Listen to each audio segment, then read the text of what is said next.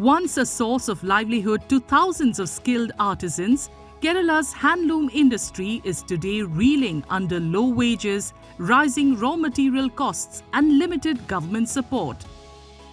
The result? Many weavers are quitting, while the younger generation is reluctant to join, slowly pushing this age-old tradition towards decline. Sukumaran Nair, with over 30 years in the field, has witnessed this steady fall. He says fair wages and stronger marketing efforts are crucial to attracting the younger generation to the profession and restoring its lost prominence. വെളിയിൽ പോയ 1000 രൂപ കുറഞ്ഞുള്ള ശമ്പളങ്ങൾ ഉണ്ട് minimum. അപ്പോൾ അതിൻ്റെ ഒരു മേഖലയിൽ പുതിയ ആൾക്കാർക്ക് ഇതിന് താല്പര്യമില്ല, പഴയ ആൾക്കാർ ഇപ്പം ഇല്ല. അപ്പം അങ്ങനെയുള്ള പ്രശ്നമാണ് ഇവിടെ വരണത്. പുതിയ ആൾക്കാർക്ക് ഈ തൊഴിലെന്നൊക്കെ പറയുമ്പോൾ ഒരു വലിയ ഇതല്ല, മാർക്കറ്റില്ല. കൂടിപ്പോയി ഒരു 500 രൂപ 600 രൂപ ജോലി കിടക്കും വൈകുന്നേരം ആകുമ്പോൾ, നമുക്കല്ല നെയ്ത്താർക്ക്. അപ്പോൾ അതൊന്നും ഒന്നും തികയില്ല. ആ ഒരു മേഖല പുതിയ ആൾക്കാർക്ക് ഇത് താല്പര്യമില്ല. കുറച്ചുകൂടി ചെയ്താൽ ചിലപ്പം ചില ആൾക്കാർ വരുമെന്ന് അറിഞ്ഞൂടാ, ചില ആൾക്കാർ താല്പര്യമുള്ളവർ ഇറങ്ങും. The younger generation from traditional weaver families is no longer keen on learning the craft.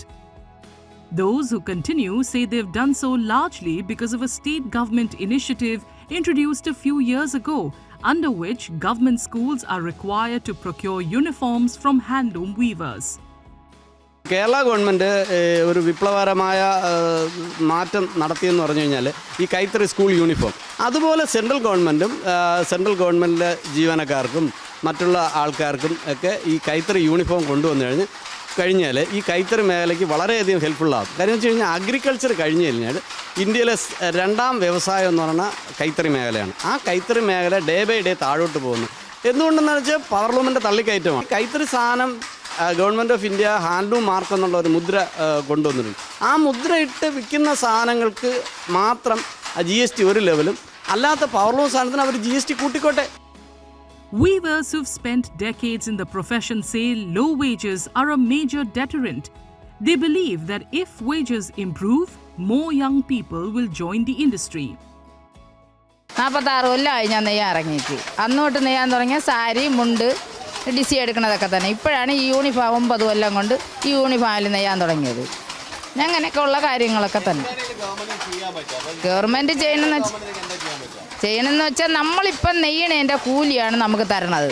നമുക്ക് ഈ നെയ്ത്തെന്നും പറഞ്ഞ് വേറെ ഒരു ആനുകൂല്യവും നമുക്ക് കിട്ടണില്ല. അപ്പോൾ എന്തെങ്കിലും നമുക്ക് തരണ്ടേ? നമ്മളിപ്പോൾ ഇന്ന് 50 രൂപയ്ക്ക് 500 രൂപയ്ക്ക് നെയ്യുമെങ്കിൽ ആ 500 രൂപ തന്നെ, നമുക്ക് വേറെ ഇതിലൊന്നുമില്ല. നെയ്തില്ലെന്നും പറഞ്ഞാൽ പൈസ ഇല്ല, ഇത്രയേ ഉള്ളൂ നമുക്ക്. മുമ്പത്തെ കാലത്ത് ഒരുപാട് പേര് ഈ നെയ്ത്തായിരുന്നു അവരുടെ മുഖ്യ തൊഴിൽ. പക്ഷെ ഇപ്പോഴങ്ങനെയല്ല, എല്ലാവരും ഈ മേഖലയിൽ നിന്ന് അങ്ങോട്ട് മാറിക്കൊണ്ടിരിക്കുകയാണ്. കുറച്ചുകൂടിയൊക്കെ ഈ തൊഴിലിനെ പ്രോത്സാഹിപ്പിക്കുകയാണെങ്കിൽ. വേതനം തന്നെയാണ് പ്രശ്നം. വേതനം കൂട്ടിക്കഴിഞ്ഞാൽ ഈ രംഗത്ത് ഒരുപാട് ആൾക്കാർ വരും. Arvind is among the few young entrepreneurs still associated with the handloom sector. He points to rising raw material costs and the growing preference for power loom products as major reasons for the sector's decline. ഇപ്പോൾ മെയിനായിട്ട് അനുഭവിക്കുന്നതെന്ന് പറഞ്ഞാൽ നമ്മളിപ്പോൾ power ലൂമിലുള്ള ഉൽപ്പന്നങ്ങൾ വന്നതിൽ കൂടി ഒരുപാട് നമ്മുടെ കൈത്തറി സാധനങ്ങൾക്ക് ഡിമാൻഡ് വളരെ കുറഞ്ഞു.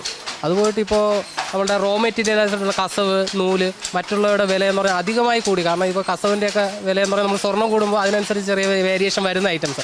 അപ്പോൾ ഇപ്പോൾ നമ്മൾ വാങ്ങിച്ചുകൊണ്ടിരുന്നതിൻ്റെ ഡബിൾ വില കൊടുത്താണ് ഇപ്പോൾ സാധനങ്ങൾ വാങ്ങിക്കേണ്ടി വരുന്നത്. അതും ഇപ്പം റോ മെറ്റീരിയൽസ് കിട്ടാൻ വളരെ പാടുമാണ്. അപ്പോൾ അത്രയും വില കൊടുത്ത് ഇപ്പോൾ സാധനങ്ങൾ വാങ്ങിക്കാനുള്ള ഉപഭോക്താക്കളുടെ അളവ് വളരെ കുറവാണ്. അങ്ങനെ നമ്മുടെ സാധനങ്ങളുടെ ഡിമാൻഡ് വളരെ കുറഞ്ഞു വരികയാണ്. He adds that being a handloom weaver is no longer considered a prestigious profession.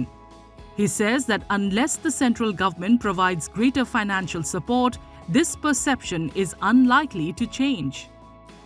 പിന്നെ കേന്ദ്രത്തിൻ്റെ ബഡ്ജറ്റിലെന്ന് പറഞ്ഞാൽ ഇപ്പോൾ കേന്ദ്രവുമായിട്ട് ബന്ധപ്പെട്ട് ഒരു അധികം പ്രോജക്റ്റുകളും വരുന്നില്ല നമ്മുടെ കൈത്തറി മേഖലയെ സംരക്ഷിക്കാൻ വേണ്ടി. എന്നാൽ പല സംസ്ഥാനങ്ങളിലും ഒരുപാട് കൈത്തറിയെ സംരക്ഷിക്കാൻ പ്രോജക്റ്റുകൾ വരുന്നുണ്ടെന്ന് പറയുന്നുണ്ട്. പക്ഷേ നമ്മൾ കേരളത്തിൽ അങ്ങനെ ഒന്നും കിട്ടുന്നില്ല, ലഭിക്കുന്നില്ല. ഇതിപ്പോൾ ഒരു താഴ്ന്നൊരു തൊഴിലായിട്ടാണ് പലരും കാണുന്നത്.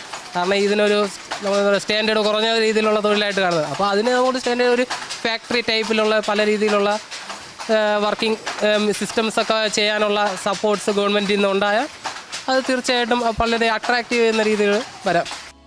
According to Handtex, the Kerala Handloom Weavers Cooperative Society, the apex body for handloom cooperatives. 523 societies are registered under it, with many of them now defunct. നമുക്കറിയാം ഈ മേഖല നേരിടുന്ന ഒരു പ്രധാനപ്പെട്ട പ്രതിസന്ധി എന്ന് പറയുന്നത് ഈ മേഖലയിലേക്ക് പുതിയ യങ് ജനറേഷൻ ഈ മേഖലയിലേക്ക് ആകർഷിക്കപ്പെടുന്നില്ല എന്നുള്ളതാണ്.